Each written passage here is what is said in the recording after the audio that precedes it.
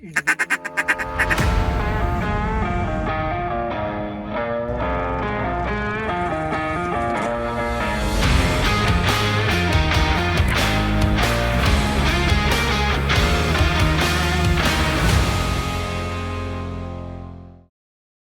everybody, I'm Aaron with Roost Marine, and today I'm going to show you how to use a drake whistle. Now drake whistles are super cheap and actually pretty darn easy to use. So if you're somebody that gets frustrated with a hen mallard call, these are really good. They still take some finesse to master, but it's pretty easy to do. And the cool part is you can do a lot of different ducks with just this one. This one is a Duck Commander one. They come in different shapes, sizes, and colors, but they all make basically the same tones. You can do the same things with them. So, without further ado, we'll go on to the first one, which is my favorite, which is a Greenwing teal. Sounds like this.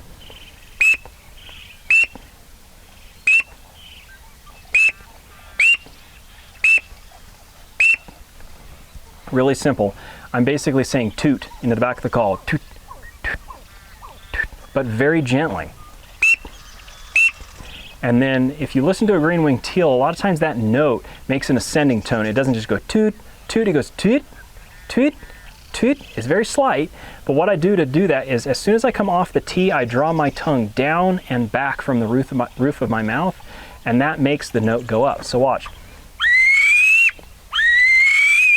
All I'm doing is pulling my tongue down. I'm moving it a lot, so it's not just a little bit. You have to move a lot, at least I do, have to move a lot to make that note change. The other thing I'm doing, because the teal whistle is not usually a clean, pure whistle, it has an airy quality to it, I will cheat my hand up close to where the actual whistle part is here, because that will get rid of some of the pureness of the whistle and make it a more airy tone. And then everything else is open. I don't want to change or affect the sound. So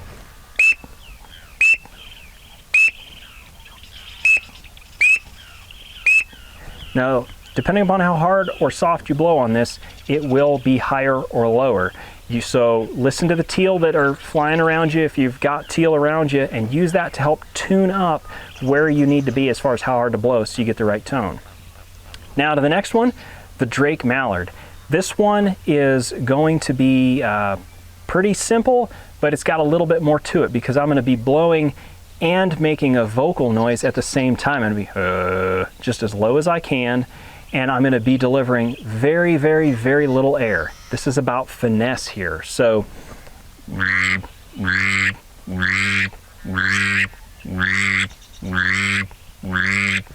very, very little air. It's about the same amount of air that just naturally comes out if I go,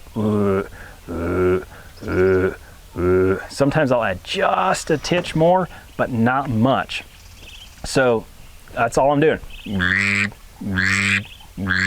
So just I'm almost kind of saying wick, just without the W.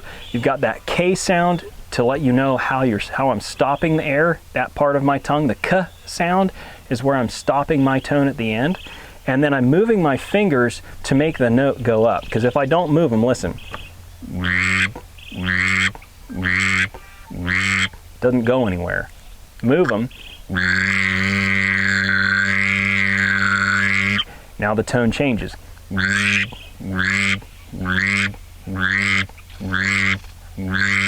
And I'm keeping the vocalization the same. I'm not going whoop, whoop. I'm just going whoop, whoop. And I'm just letting the fingers make the tone go up.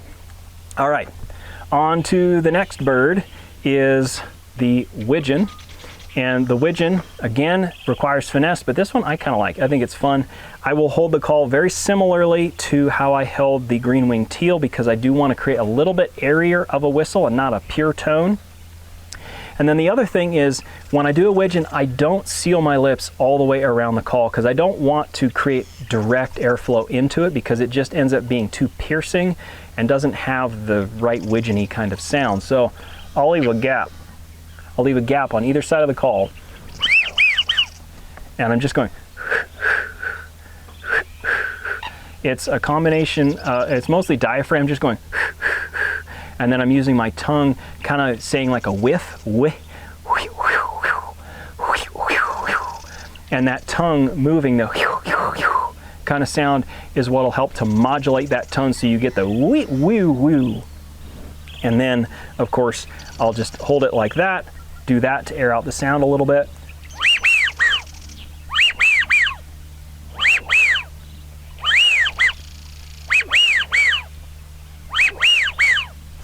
And that's a widgeon.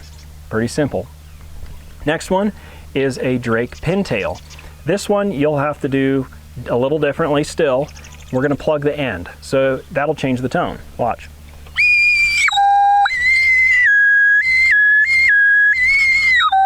So depending upon how I plug it, the tone goes up and down. On this particular one, I plug the inner hole in there just with my finger, and then I use my other fingers. These ones around here, these other two, are not doing anything other than just helping me to hold on to the call, because there's not a lot to hold on to when I do it like this. But I'm just plugging up that hole, and you do have to make a pretty good seal, otherwise it won't change the note.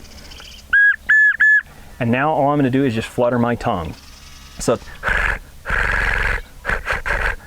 I think most people know how to do that, but it's just.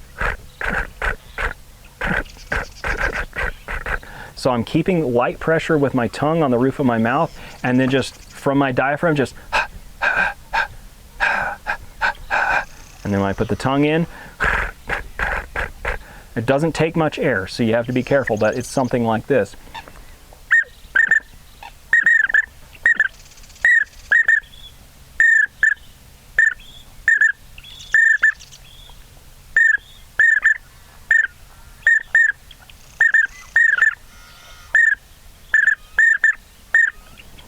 Something like that. Pretty easy to do, but this can add a ton of realism to your calling, whether you're solo or with your buddies. If you add this when your buddies are doing hen calls, it can really seal the deal for ducks, especially the ones that are later season and harder to call. And these are cheap, they're like 10 bucks. So why not? So I hope you found that helpful. I'm Aaron with Roost Marine. Don't forget to like, comment, and subscribe. Check out all our other videos, and I'll see you on the next one.